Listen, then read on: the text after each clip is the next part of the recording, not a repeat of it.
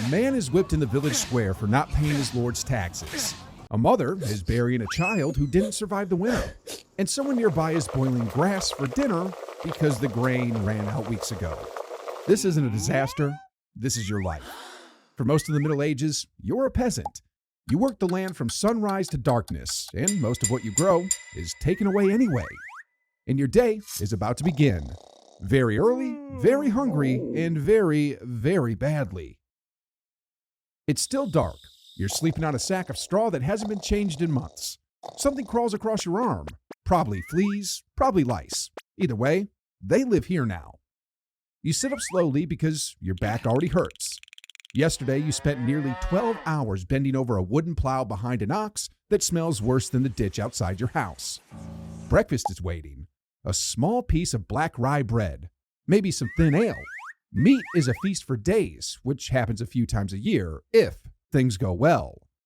Most mornings, they don't. Bad harvests are common in medieval Europe. One wet summer or a cold spring and the grain dies.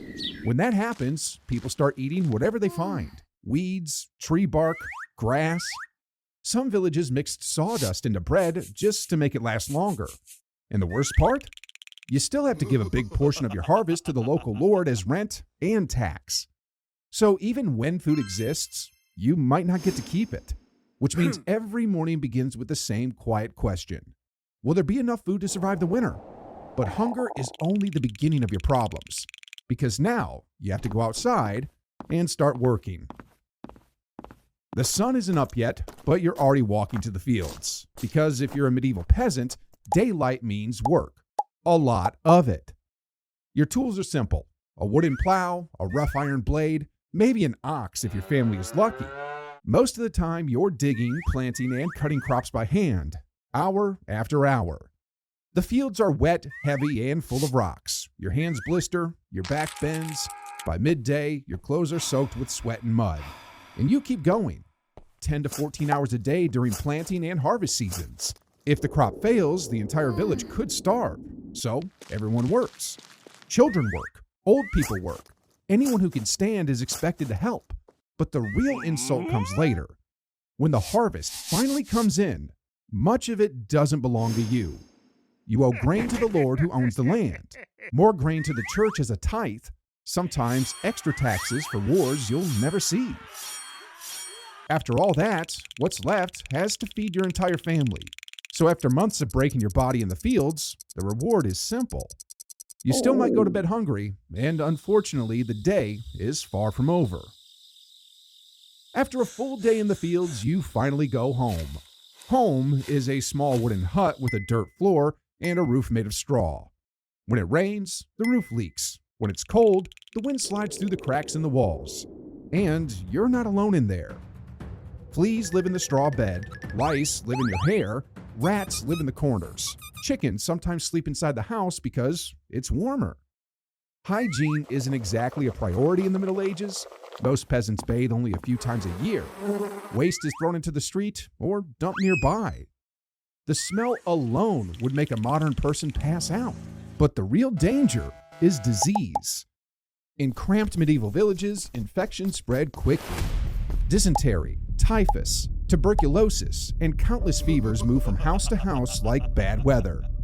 Children die the most. In many medieval communities, up to half of all children never reached adulthood. Losing a child wasn't rare, it was expected. Some families had 10 kids just to make sure a few survived. So when night finally comes and you lie down in your flea-filled bed, you don't just hope for sleep. You hope nobody in your house wakes up sick, because you're definitely not ready for the next problem. Tomorrow morning, you'll go back to the fields, not because you want to, because you have to. In medieval Europe, most peasants lived under a system called feudalism. The land belongs to a lord. The lord allows you to live on it. In return, you work his land and give him a share of everything you produce. Miss those payments, and things get ugly fast. A steward might show up to seize your grain. Sometimes they take your animals. Sometimes they take your tools, or even parts of your house. Punishments can be public. People were fined, beaten, or locked in stocks where neighbors could throw mud and garbage at them. And leaving the land isn't easy either. Many peasants were serfs, meaning they were legally tied to the land they worked. Moving away without permission could make you a criminal. So no matter how hard the work is or how little food you have, there's no easy way out. You wake up, you work, you pay the Lord, and hope nothing worse happens. Unfortunately, something worse was always waiting. You wake up one morning and the village is quiet. Too quiet. Someone down the road has a fever. Another neighbor has strange black swellings under their arms. By evening, the church bell starts ringing again and again and again. This is the Black Death. And once it enters the village, things move fast. The disease spreads through fleas on rats, which are absolutely everywhere in medieval towns. Within a few days, people develop massive swollen lumps called buboes on their neck, groin, or armpits. They burn with fever, cough blood, and sometimes die within 3 days. Doctors can't help much. Most medieval medicine involves prayer, herbs, or bleeding the patient, which mostly just makes the dying person weaker. So families do what they can. Some flee, some lock themselves inside. Others abandon sick relatives entirely because they know what's coming next. Mass graves. During the worst years of the Black Death in the 1300s, entire villages disappeared. In parts of Europe, 1/3 to half the population died. And if you're a peasant, you don't get to escape to a distant castle. You stay right where you are, waiting to see if the next body carried to the churchyard will be someone you know. Even if the plague doesn't kill you, something else might. War. Medieval wars weren't fought neatly on battlefields. Armies marched directly through farmland, which meant villages like yours were often the first thing they found. And the soldiers were hungry. If an army arrives, they take what they want. Grain, animals, tools, firewood. Sometimes the entire harvest disappears in a single afternoon. If peasants resist, the results can be brutal. Houses are burned, crops destroyed, livestock slaughtered. Sometimes the entire village is looted just to punish the enemy who supposedly owns the land. For soldiers, this is strategy. Destroy the farms and the enemy starves. For peasants, it means watching a year of back-breaking work vanish in a few hours. And once the army moves on, you're left standing in a field of ash with winter still coming, which leads to the most common danger of all. Sometimes the weather simply decides you're not eating this year.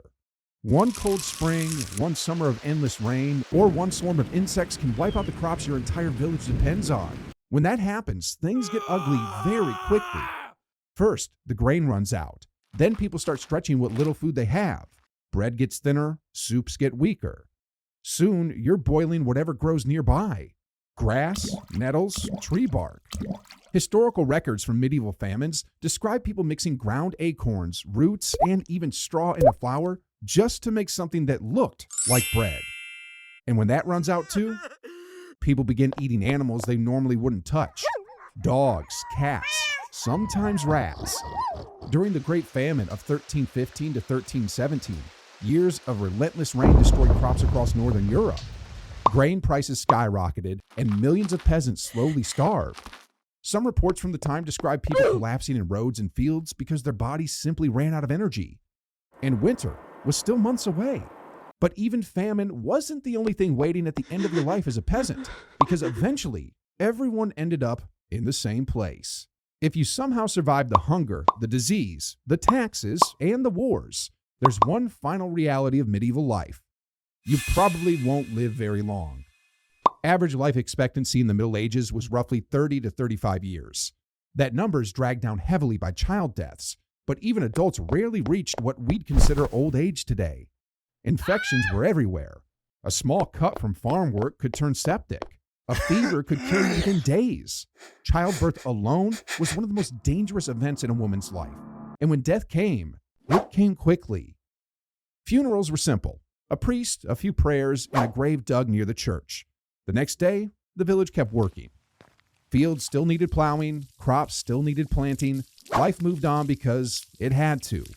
Which means, for most medieval peasants, the entire story of their life looks something like this.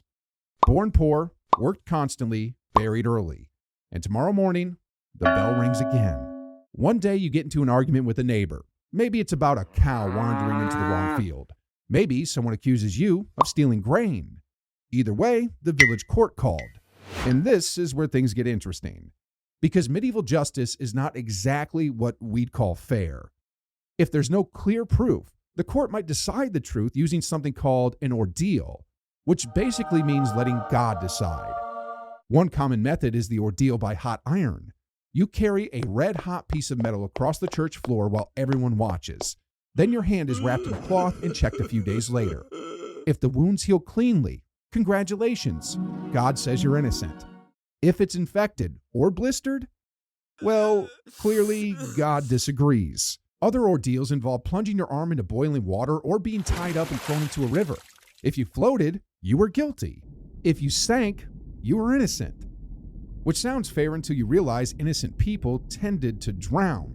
And remember, you're a peasant, which means even if you win the case, you still owe the Lord your taxes tomorrow. Eventually, the sun goes down. Your body hurts, your hands are blistered, you've eaten just enough to stay alive. So you lie down in your straw bed again, listening to the animals outside and the wind pushing through the walls. Tomorrow, the same routine begins. Wake up before sunrise, work until dark, give away most of what you grow, and hope the next year isn't worse than the last. Because for medieval peasants, life wasn't a heroic adventure or a grand story. It was survival, one long day after another. So when we imagine the Middle Ages, we usually picture castles, knights, and kings. But the reality is that most people lived very different lives. They woke up hungry, worked until their bodies broke, and faced constant threats from disease, famine, war, and the people who ruled them. For millions of peasants, history was about making it through one more day. And if you think your Monday mornings are rough, just be grateful you're not waking up in a medieval village.